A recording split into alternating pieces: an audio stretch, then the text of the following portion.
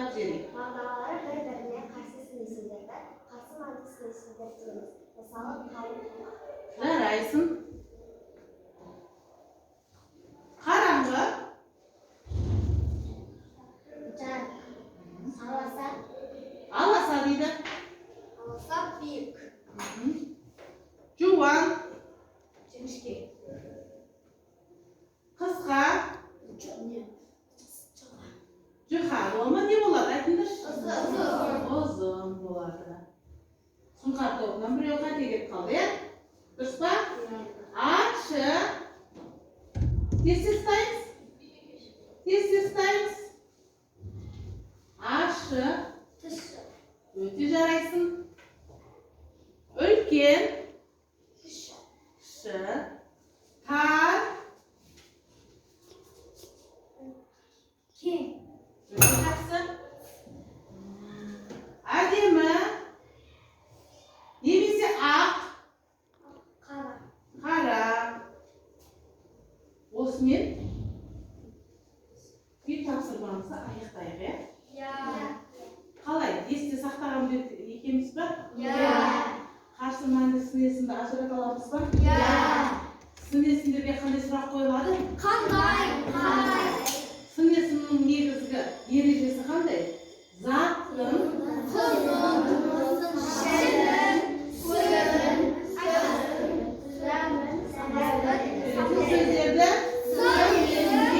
атайды екенбіз. Олай болса, шапалақ ұқпай қойыңыздар.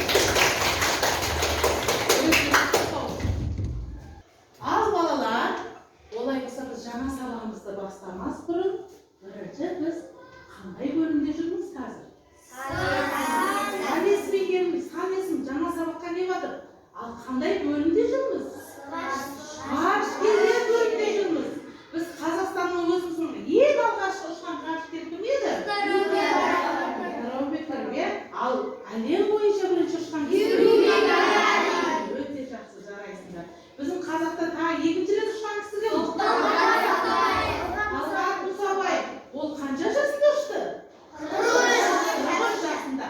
Енді сол 43 деген жасқа сұрақ қойып жіберейікші. Қанша дейді? Бұл жерде біз адамның жасы қаншаға келген санын білдіреміз, дұрыс па? Оған қандай сұрақ қойып отырмыз дегеніміз? Қанша деген сұрақ қойылатын өтілді. Олай болса, бүгін біз сан есім деген тақырыпта жаңа сабақ өтеміз. Олай болса, балалар мына бейне жазбаны қарай мән беріп жақсылап тыңдайық, иә? Ары қарай сұраққа жауап береміз. Бүгінгі тақырып сан есім, 49-шы тапсырма, мәтінді оқы. Ең үлкен қай ғаламшар? Юпитердің үлкендігі сонша, оның ішіне қалған 8 ғаламшар түгел сыйып кетеді. Сапырылысқан газды асат, жойқын жел тасқыны аударыстырды да, осы ғаламшардың үстінде ғажайып әдемі әшекей пайда болды. Юпитер ертедегі римдіктердің бас құдайының құрметіне берілген атау. Юпитер сақиналы 4 ғаламшардың бірі. Осы 4 ғаламшар газды алып деп те аталады. Олар Юпитер, Сатурн, Уран және Нептун. Олар ортасындағы кішкене тасты қоршап тұрған аса ірі газ шары секілді. Неге неліктен сұрақтарымен шешіп табуға бағытталған сұрақтар құрастыр дейді. Топпен ортақ сұрақ дайында. Енді біз қазір қарастырамыз. Ал енді балалар, бізге қазір 49-шы жаттығуда ең үлкен қай ғаламшар деді? Бізде ең үлкен қай ғаламшар еді?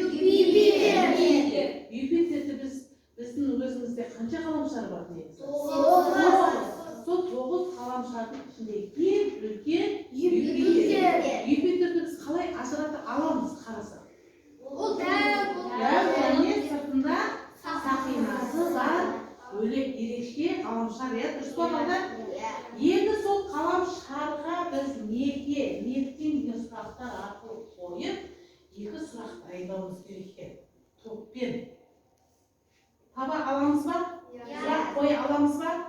Ал олай болса бастайық. Мен 1 минут уақыт берем оған. Алып кеттік ары қарай тастаймыз.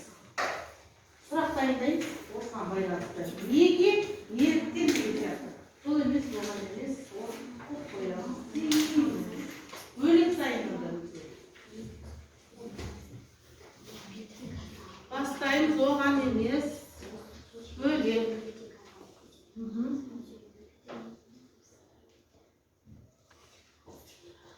Уақыт несіне қараймыз?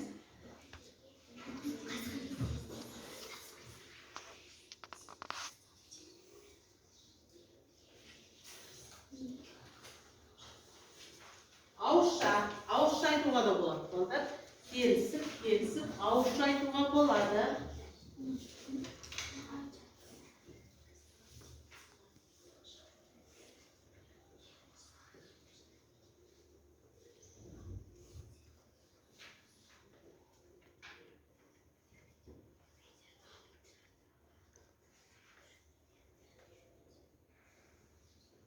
Бітті. Бастаймыз. Тұлпар топ, сұңқар топ, бүркіт тобы, қыран тобы. Қайсымыз бастаймыз бірінші? Тұлпар топ бастаймыз. Ал? Осы төрт ғаламшар неліктен газдалып деп аталады? Мына сұрақ, мына топ беріп осыған. Неліктен? Неліктен газ деп аталады бұл ғаламшар? Неліктен? Себебі ол ортасында кішкене тасты қорғап тұрғандықтан төрт ғаламшар газдалып деп аталады. Жарайсың. Міне сұрақ қойғанға және жауап берген кісіге 20 теңгеден жинайды уже. Ары қарай. Екінші топ, екінші сұрақ. Бізге неліктен, неге, неліктен деген уже қойып қойды, неге деген сұраққа. Қоя бір. Юпитер неге төрт ғаламшардың бірі? Юпитер неге? Төрт ғаламшар. Бірі ма? Неге бірі? Дұрыс қойылды ма осы сұрақ? Дұрыс қойылмады. Кім қояды? Уақыт қоямын оғанда.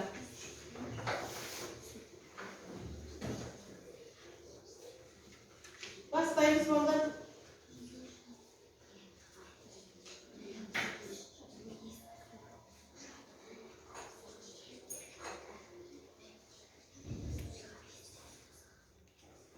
Бастаймыз. Бір сөйлеу бастаймыз.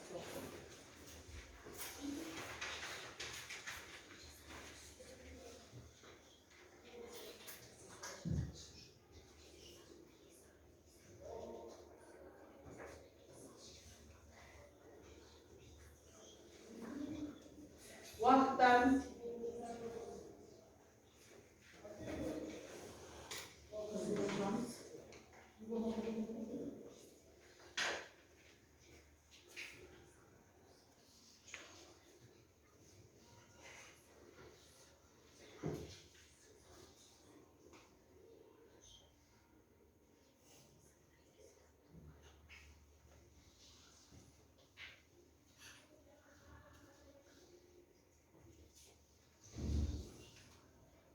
Oldu mu? Vakit bitti, bastayız. Vakit bitti, bastayız. Tuzlar doğumdan kim söyleyeyim? Gördüğüm söyleyebilir mi? Başkası söyleyiniz. Alamız. Al, onu. Sende de kim söyleydi? Burkut doğumdan. Inkar sende de Sultan doğumdan. Cengiz. Kral doğumdan. Bir Sultan. Bastayız al. Мен кітапханада Qadağlayız. мен бүгін кітапханадан бір ғана кітап алдым. Men бүгін кітапханадан бір ғана кітап алдым дейді. Өте жақсы жарайсың. Мен соған сұрақ қойып дәлелдеп берші бізге. Мен бүгін кітапханадан қандай кітап алдым? Кітап алдым. Қандай бола ма болды? Қанша болады? Кәдімгі бағалап жіберейікші. Қандай? Көтереміз, бәріміз көтереміз. Қалай? Қалай? Ортама? Ары қарай отырамыз. Екінші топ. Тұрамыз, кәне. Әйгүл қатарда жетінші тұрады. Әйгүл қатарда сандарда нешінші тұрады? Нешінші тұрады? Өте жақсы. Бұл есептік санайсың ба? Реттік санайсың ба? Есептік па? Есептік па? Реттік па? Реттік санайсың. Как бағалап жіберейік? Бағалаймыз. Қолымыз көтереміз, бағалаймыз. Неліктен бұлай бердік? Өйткені ол бір рет қателесіп кетті. Қай жерден қателесті? Реттік санасында бір рет есептік деп қойды. Өте жақсы. Жарайсың. Айнұрға шапалақ оқып қояды. Ал бүркіт тобы. Мағат математика сабағына 5 алды. Мағат математика сабағына қанша алды? 5 алды. Бұл тұрлаусыз өлшем. Дұрыс. Өте жақсы тұрлаусыз өлшем. Енді бұл жердегі есептік санайсың ба? Реттік санайсың ба? Есептік санайсың. Өте жақсы. Ал бағалап жіберейік. Жақсы. Бұлай қойғанымыз жақсы, иә? Шатасқан жоқ, ешқандай өте жақсы отырады. Қыран тобы. Менің ағам 6-шы сыныпта оқыды. Менің ағам 5-ші сыныпта оқыды. Реттік санайсың. Қазір бағалап жіберейікші. Өте жақсы. Жарайсыңдар. Бізге шатасқан топқа сәл аздау береміз. Балдария, дұрыс па? 5 теңге. Бұл жақта да шатаспады ғой, балдария, дұрыс па? Сәл бұдан жақсырақ құлшынып қатысы болса, бұдан да жақсы не аламыз? Бүркіт тобына 20 теңге, қыран тобына 20 теңге. Жинап отырамыз, балдар. Дұрыс па? Ары қарай. Екі балдар шашадық па? Сегіз сәтін жасап жібереміз ба? Алдымызда біз түрлі түсті қағаз көріп тұрмыз ба? Көріп тұрмыз ба? Енді осы түрлі қағазды біз шахмат тақтасын құру керек болып тұр. Ішінде сөздері бар, сол сөздерді дұрыс сәйкестендіріп, дұрыс тақта құрылышылса, сонда бағалы жасаламыз. Осы сегіз сәтін құрастырып жүрейік.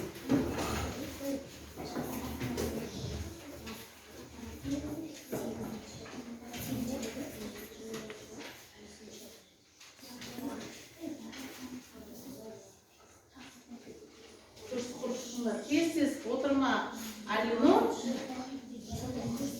Бағаларын дұрыс.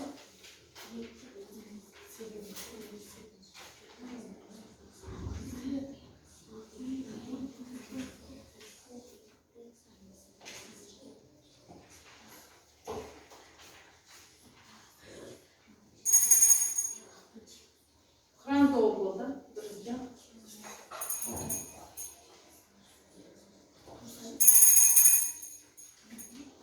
Тұлпар тобы болды.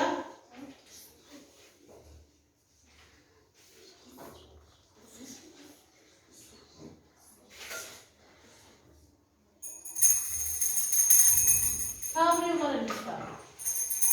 Жоқ па не? Сұңқар тобы болды, бүркіт тобы болды. Көрейік. Бірінші. Тұлпар тобы. Бастайық. Болды ма? 9 есептік санайсың дұрыс. 6-шы реттік санайсың. 8-ші реттік санайсың. Өте жақсы, жарайсың. Ары қарай. Шахмат тақтасы дұрыс шыққан. 10 күрделі санайсың. Дара. 1 дара санайсың. Тақта дұрыс шыққан жоқ. Тақта дұрыс емес. Ары қарай. Қыран тобы. Бірінші реттік санайсың. 3 есептік санайсың. 10. Өте жақсы. Тақта. Шахмат тақтасы дұрыс шыққан. Бір-біріміздің көріп келейік. Кейін көрсетеміз. Неяқты көрейік. Шахмат тақтасы дұрыс шыққан ба? Дұрыс шыққан. Сендерді өз жинап тастасың, дұрыс емес қой. Шахмат тақтасы дұрыс шыққан ба? Көрініп тұр ғой? Дұрыс шыққан ба? Жоқ. Ал мына топтың көріңдерші. Дұрыс шыққан ба? Дұрыс. Тұлпар топты дұрыс, сұңқар топты дұрыс емес.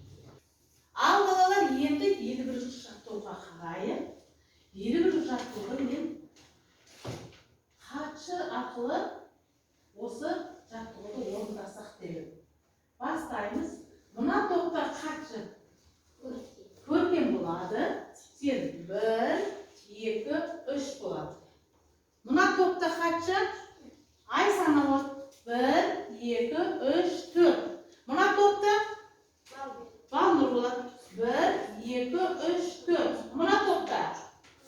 Bal olsa ola koysun. 1, 2, 3. Men 1 degende шығып, mına jerdegi сөзді қатшыға jamamiz, tasıymiz. O жерде балдардың бір-біріне хатты жазуды айнытпай тасып апару керек. Дұрыс па балдар? Ары қарай бастаймыз. Қазір. Ал.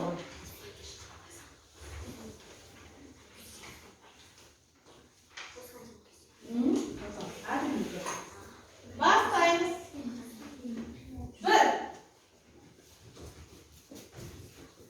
Bir sözüm tasып. Bir sözüm tasып. Апарамыз. Айтамыз, қатшыға жайлап айтамыз қатшыға. Қатшыға айт. Қатшыға айт.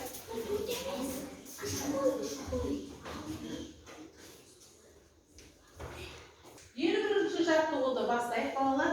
Елу бірінші жаттығуды былай бастасақ деймін. Қатшы арқылы. Түсіндік па? Тақтаға шығамыз. Biz қатшы bir топтан қатшы сайлап алайық, балалар, Мына топтан кім болады? Көркем. Мына топтан Айсана. Мына топтан Балауса екен. Мына топтан Балнұр екен. Олай болса 1, 2, 3. 1, 2, 3, 4. 1, 2, 3. 1, 2, 3, 4. Arkadaşlar, olay olsa bastayımız. Göbürlemeyimiz ya. Bastayımız. Birler. Tek birler gelir. Kaçıra onu tasıydı. Kaçıra var aydan. Bırakın bir şartlan yok. Ayrı turanlar. Asıpay turan. Cazı var. Kaçısı var.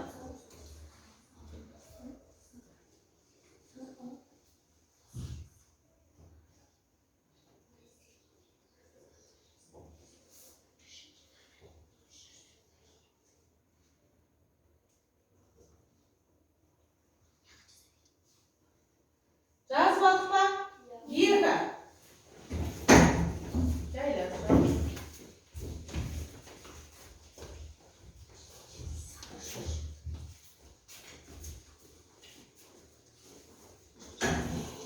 Hazır balans. Asmayınız.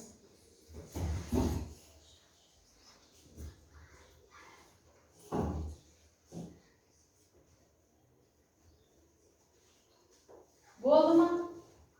3. Asmayın. Cahil şöyle şunu kolak bir de yapmak oluyor.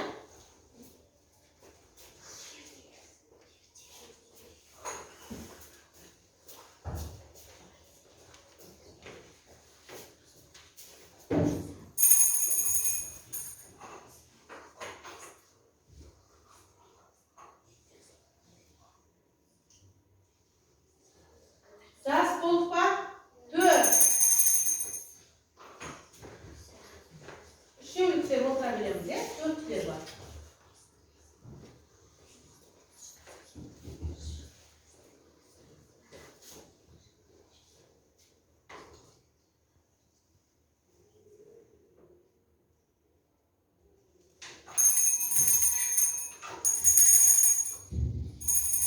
Болып па? Қоңырау сындырымызды естімедік сіздерді. Болса, ары қарай қатшымыз тұрып, осыны оқып, қайсы ретті, қайсы есепті сан есімді екенін дәлелдеп айтады. Шақ туралы. Станция ауылдан 20 шақырым жерде. Станция ауылдан қанша шақырым жерде? 20 шақырым жерде. Бұл есептік сан есім. Өте жарайсың. Шапалаңдар.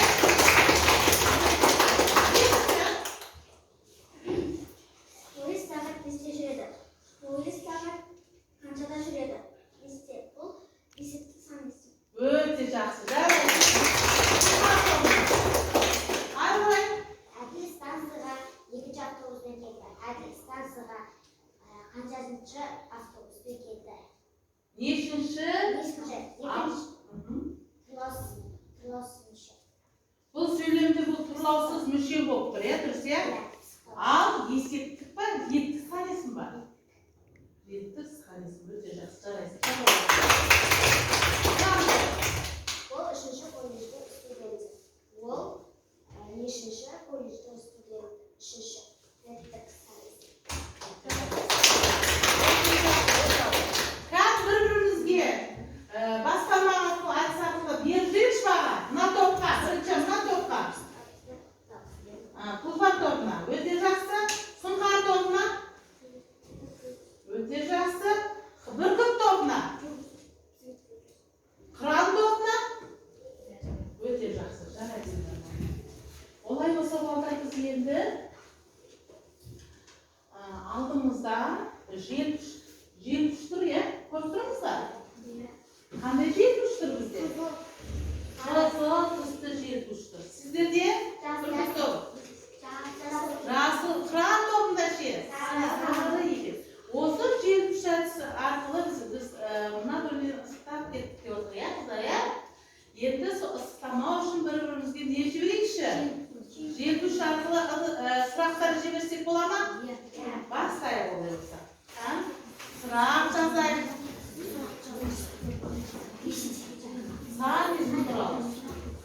Бір сұрақтан жазамыз. Бір-бірімізге аударамыз.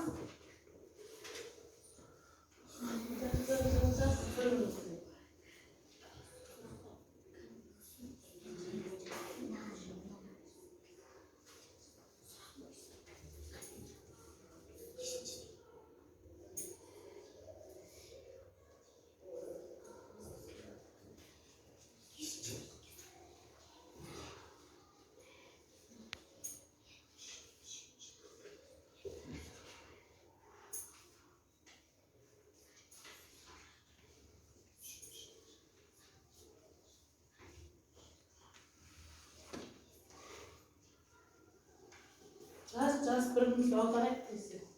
Балалар.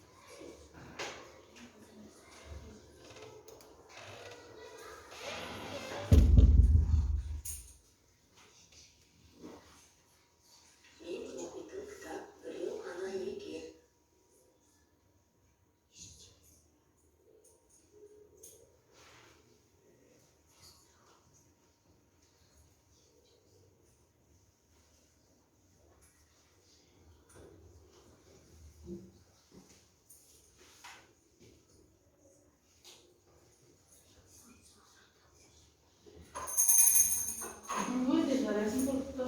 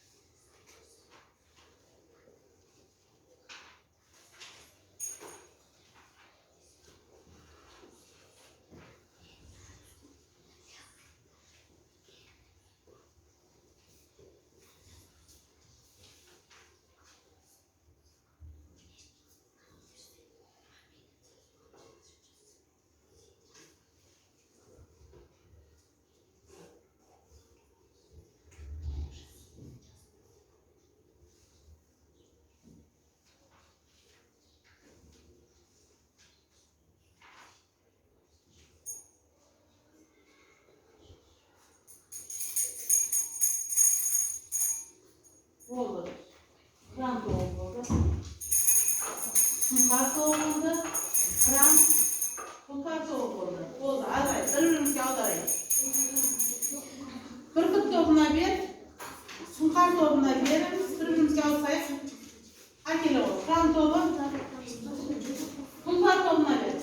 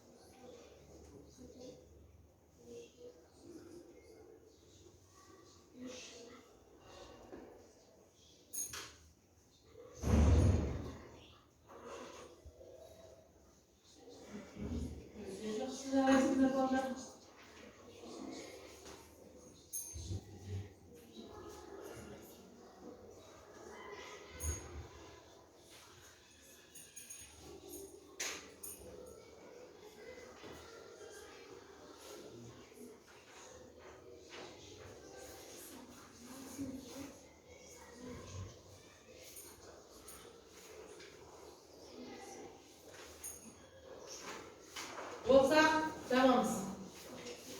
Болса, қоңыраумен сыңғырлатамыз. Болса, қоңыраумен сыңғырлатып белгі береміз.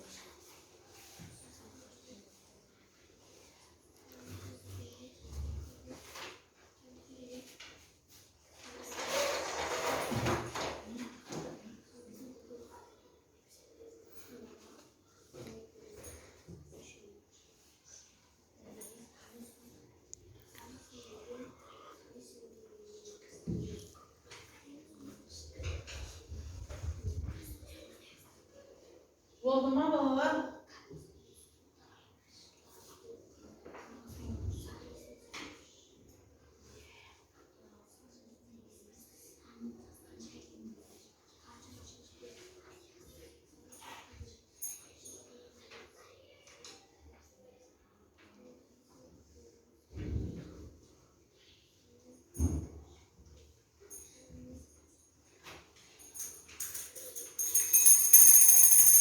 Sungar da oldu.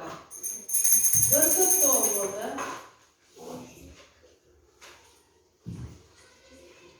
Tulpar to'g'men qur'on to'g'ri. Javob beramiz. Surani o'qib, javob berasiz.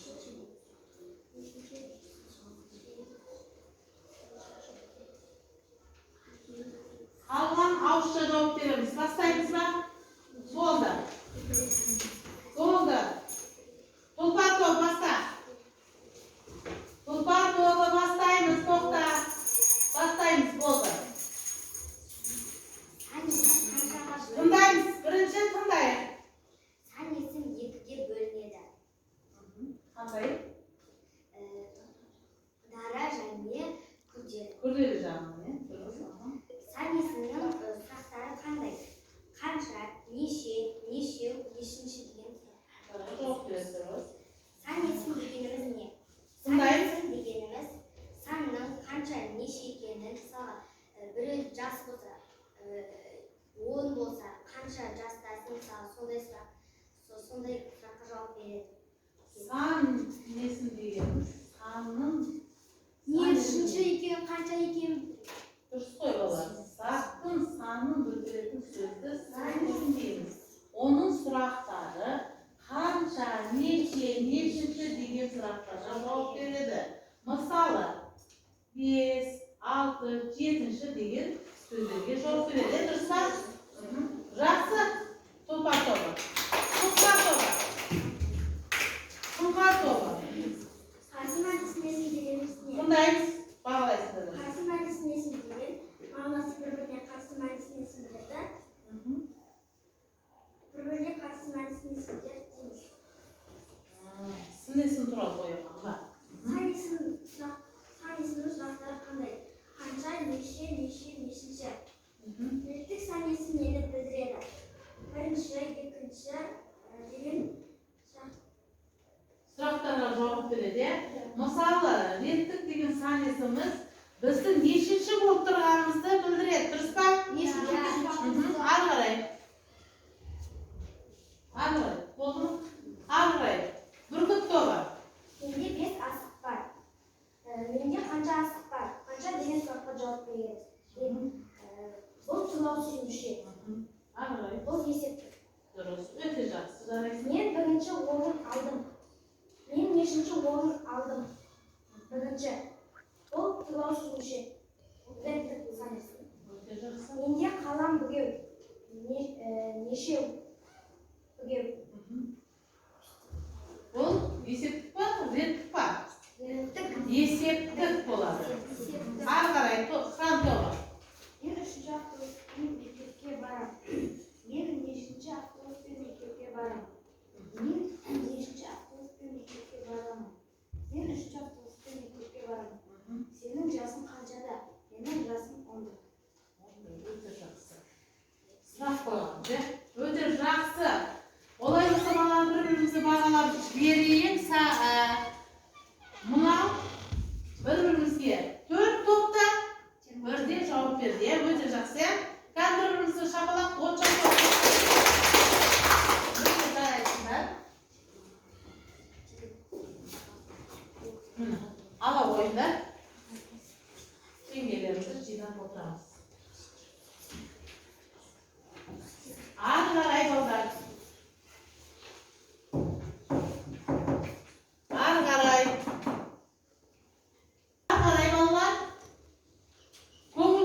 Жақсылайық балдар. Жақсылап меңгердік па? Ал олай болса мына кейіндер біздің жұмыртқамыздағы жұмыртқаларды алу арқылы біз жұмбақтарды шешейік. Олай болса мына топтан бастайық бірінші. Келе ғой. Екі жұмыртқадан алып кетеміз. Кел. Бастаймыз. Екі жұмыртқадан ала ғой. Аламыз. Келе ғой. Мына топтан да кел. Екі жұмыртқадан аламыз. Екі жұмыртқадан әдемілеп алып сұраққа жауап береміз. Келе ғой. Аламыз. Келіңдер. Кел.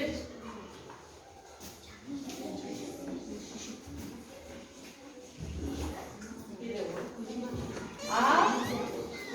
Tentayız.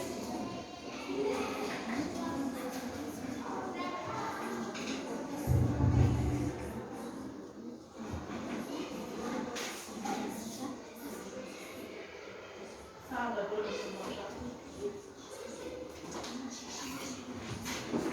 Ankara ol.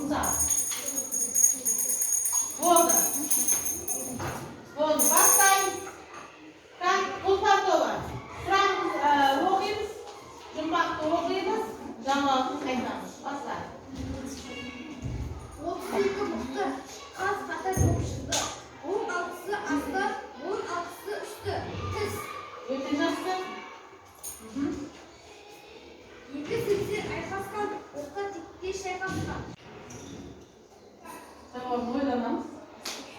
Oylanamız.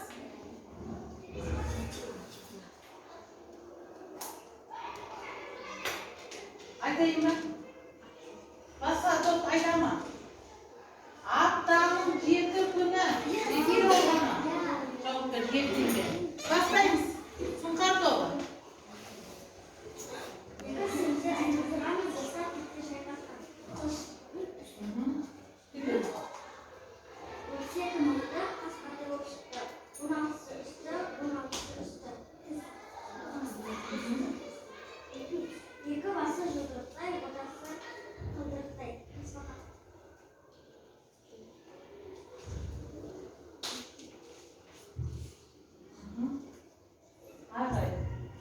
Біреуін ғана жауап беріп қой. Үшеуіне де жауап берді тұрады. Міне жақырай ауысып кетті. Енді жұмбағымызбен жұмбақ ойын жасайық. Енді мына жұмбақты табу үшін мына жұмыртқаның ішінде жұмыртқа бар. Сол жұмыртқаны алу арқылы біз жұмбақты шешейік. Келеміз. Біреуге келеміз. Екеу аламыз. Әдемелеп жақсылап жұмбақтан жауап беріп бастаймыз ба?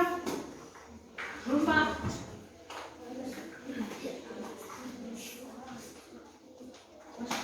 Бастаймыз ба? Ал тұлпар тобы бастасын бірінші. Кәр тыңдайық. Балалар, тыңдаймыз, қазір бағалаймыз. Екі езуі құлағыма жетеді, тамақ ішсе ызың-ызың етеді, ара. Өте жақсы. Осы жұмбақта сан есім естілді ма? Сан есім бар? Жоқ. Жоқ па?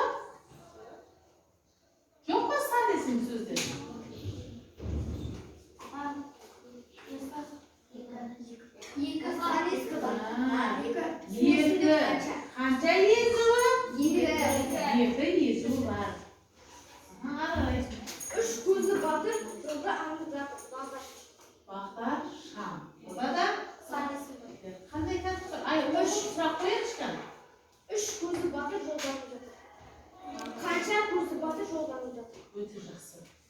Ал сұңқар тобы. Бастаймыз. Сұңқар тобы бастаймыз. 32 мықты қас қандай болып шықты. 16-сы үсті, 16-сы асты. Үсті саман ұшы. Өте жақсы. Сұрақ қойайық. 32.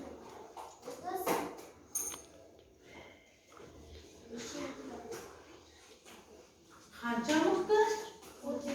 37. Неше? Ары қарай. Ары қарай. Екі басы жұдырықтай, ортасы қыдырдай домбыра. Екі басы Домбыра емес. Домбыра емес. Тасбақа. Біреу ғана жауап берді. Балдар, ары қарай. Бүркіт тобы. 5 іннің аузында жеткізгенге тасбақа. Тасбақа. Бұл тасбақа емес. Тасбақа емес. Кім айтады? Басынан айтайықшы қаны? 5 іннің аузы бір. Жылан. 5 ін аузы. Қол. Жұдырық. Келіп тұр бірақ соған. Адам қол. Айтайын ба? Қолғап. Қолғап қой 5 ін аузы бір. бір. Екіншісі. Екі басы жұдырықтай, ортасы қыдырдай. Домбыра. Ой, екеуіне де жауап бере алмай қалды бұлар, иә? Ары қарай. Кран тобы. 7-80 айналысқан, орта тектеше қалған. Қош. Оң жағында бір сарбаз, сол жағында бір сарбаз. 5 саусақ. Өте жақсы. Kan bir-birimizga shapalaqlab o'tirib endi sonda ақша kelganimizni sanaymiz. Dұрыс па балдар? Ары қарай енді балдар. Ары қарай. Мына қораптың ішінде мақал мәтелдер бар. Мақал мәтелді ала отырып, түсіп қалған сөздерді бойы жалғастырамыз. 4 топ шабылды. Беремін. Оған да теңгелерімді аласыңдар. Ары қарай. Сан есімге байланысты мақал мәтелдер. Ашылымдары бар. Бастаймыз мына уақытты қоясың.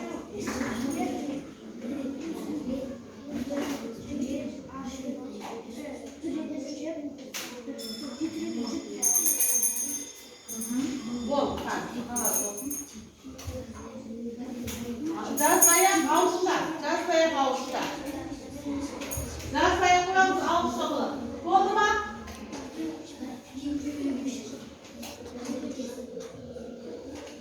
Жазбаймыз ауызша болса болды. Болды ма? Бір сұлпан тоғыз тұтап көрейік. 7 рет өлшеп, 1 рет кес. Дұрыс болды. 7 рет өлшеп, 1 рет кесіп. Өте жақсы. Дұрыс. Одағы дұрыс. Өте жақсы. Бүркіт тобы. Ел құлағы Ел құлағы елу. Өте жақсы. Жарайсыңдар. Ел 1 рет өледі, қорқақ 1 рет өледі. Өте жақсы. Ел 1 рет өледі. Қорқақтар 1 рет өледі. Өте жақсы. Сұңқар тобы айтайық. Ел жігіттің 2 сөйлегені өлгені. Дұрыс. Ел жігіттің 2 сөйлегені өлгені. Өте жақсы. Қазір шапалақ ұмытпай отырыңыздар. Жақсы, өте жақсы. Балалар бүгін сан есімді меңгерген деп ойлаймын, иә? Сан есімнің ережесін айтып жіберіңізші. Заттың санын білдіретін сөзді сан есімді. Қандай сұраққа жауап береді? Неше деген сұраққа жауап береді. Енді балалар, үйге тапсырма алып алайық. Үйге 53-ші жаттығуды аламыз. Мәтінді жақсылап оқып, мәтінге сүйеніп, мына сұрақтарға жауап бересіңдер. Ақиқат немесе жалған дегенге. Балалар. Түсінді